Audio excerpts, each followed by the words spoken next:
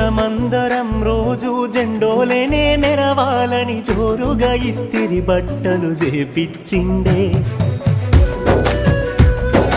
ice cream బండి ఇంటి ముందు గంట కొట్టంగానే జేబులున్న పైసలన్నీ మాయమోడే